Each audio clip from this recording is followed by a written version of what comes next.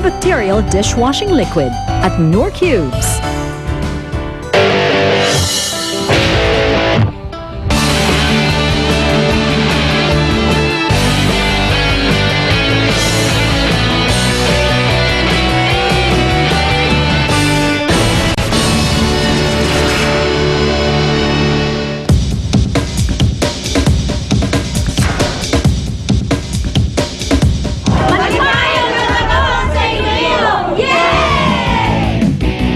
Sumalang naman ang mga Ilonggo sa labanan para maging kauna-unahang kitchen superstar.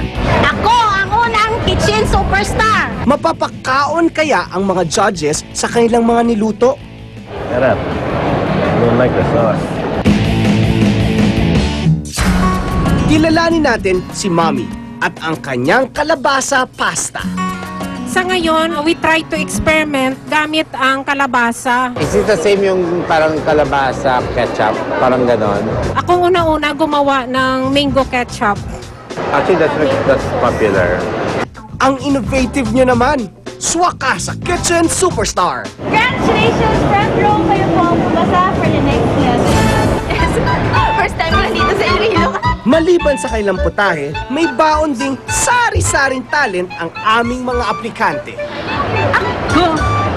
Ako ang unang kitchen superstar! Oh, bongga! Bongga, bongga! Bongga daw? Ako na yung unang kitchen superstar! Walang makakatalo! Tingnan natin! Pagkakataon ko na!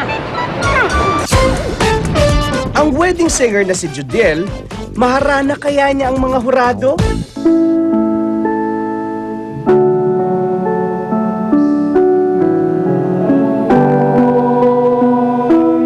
Thai chicken with basil, Thai yan.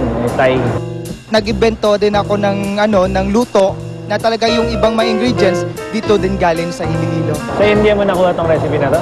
Yes, yung iba po sir, kinumbine ko lang sa dito. Pero yung ingredients actually, hindi yung iba makikita dito.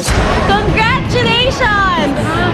1080! Dahil dyan, Judiel, second level ka na. Overwhelmed talaga ako at saka super excited kasi po one step naka-apak na po ako sa first step ko ng screening. Teka, may humabol pa ata para mag-audition. This morning, I was so busy dahil nga CAT finals exam ng anak kong 4th year.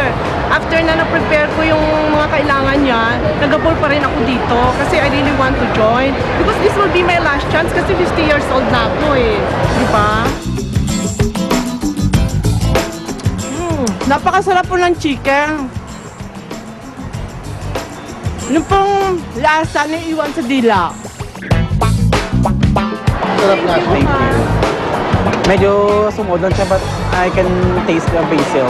Makapasa kaya ang ating oldest contestant mula sa Iloilo? 065 6 1 63 66! Congratulations po! Isa kang superstar at 50, Mommy! Sa dinami-daming Ilonggo na nakapasok sa ikalawang level, nasa kanila kaya ang kauna-unahang kitchen superstar?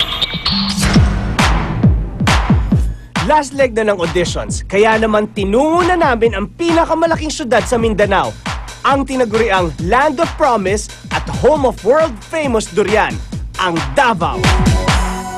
Welcome to Davao City, ang pinakamalaking syudad dito sa Mindanao. Malaki rin kaya ang pag-asa ng mga taga ritong masungkit ang kauna-unahang titulo ng pagiging kitchen superstar. Maaga pa lang ay dinagsana ng mga Davaoenos ang NCCC Mall dito sa Davao. Bawat isa ay nangangarap na makarating ng Maynila at maging kauna-unahang kitchen superstar.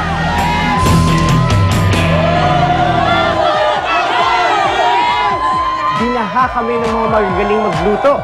Kaya mga kusinero at kusinera, salang na. Manila, humanda ka! Parating na ako! Cebu, Bicol, Iloilo, kababayan ko, Maynila, humanda kayo! Nandito na ang magagaling na kusinero. Humanda na kayo dahil daig ko pa ang tsunami pagdating ko sa Manila. Ako si Philip Evangelista at ako ang magiging kitchen superstar. Talaga nga namang hindi papahuli ang mga Davaoeños sa pagiging hari at reyna ng kusina. Ang ilan pa nga ay talagang nagpakitang gilas pa sa harap ng mga judges para lamang mapansin. Ang isang ito, talaga namang kinarir ang inihandang dish para ma-impress ang mga judges. Kasi me as a housewife, kailangan marunong akong magkaroon ng variety yung food sa bahay. So, maraming naaabot yung putahe mo when you know how to mix and match. So, basically, that's how I do my cooking. Mangilan-ngilan rin sa mga nag-audition ang nanggaling pa sa malalayong lugar. Pumunta pa sila ng Davao para lang masubukan ang kani-kanilang kapalaran. At isa na rito ang nursing student na si Alisa na bumiyahe pa galing Dumaguete. Pangarap daw niyang maging chef at napilitan lamang mag-nursing dahil sa kagustuhan ng magulang. I'm a nurse, so pati yung sterile technique when it comes to food kasi napaka-important yung safety and sanitation first, tapos flavor, tsaka plating. Di naman nalalayo ang istorya ng aspiring cook na ito na isa pa lang, dentista. Passion ko cooking. Gusto ko mag-PT. Ayaw naman ng nanay ko kasi pandak daw ako. Tapos meron akong ate na nasa med school. Sabi niya mag-dentistry ka na. So, paglabas ko, yun ang profession ko. Hindi ko pa rin gusto. Ang basis niya, bahala doon. It's good. Sa Davao din namin nakilala si Aileen.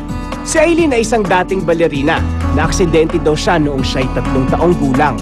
Dito ay kinailangan niyang mag-undergo ng 3 major operations para lamang makalakad. At ngayon, isang long leg brace lamang ang kanyang sanggalang sa kanyang paglalakad. Sa akin, I really have to accept it. I have physical restrictions. But the ideas, the skills, the passion to do the cooking, I have it. Sa edad kong ito, 39, I've been through ups and downs. Ang physical condition ko was not a hindrance. It never been a hurdle for me. It inspires me to aim more.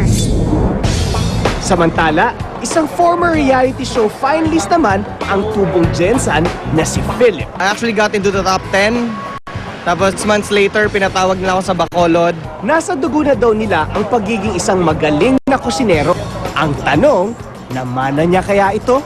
We come from a very long line of cooks. Yung both sides ng parents ko, sa lolo at saka both lolas, are magagaling magluto. Yung isa Kapampangan, yung isa Cebuana. So iba't ibang klaseng dishes po yung naluto na.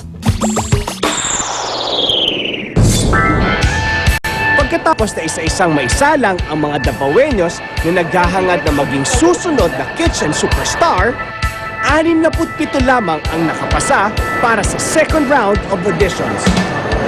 Congratulations po, kayo po ay nakapasa. Babalik po kayo bukas para sa second line ng audition. Congratulations po, kayo po yung babalik bukas para sa second line ng audition. Yung hard to pan sa sabog.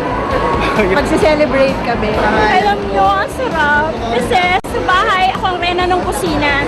Pero at least ngayon, I've proven myself. I can do better far from my kitchen, my own kitchen. Natapos na ang unang araw ng pagsubok para sa mga kusinero at kusinera natin, ano kaya ang nag-aantay sa kanila sa second level para maging kauna-unahang kitchen superstar?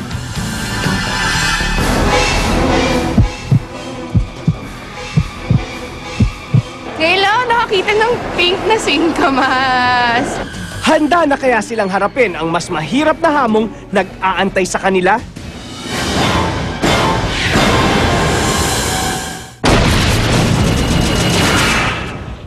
Kilalaning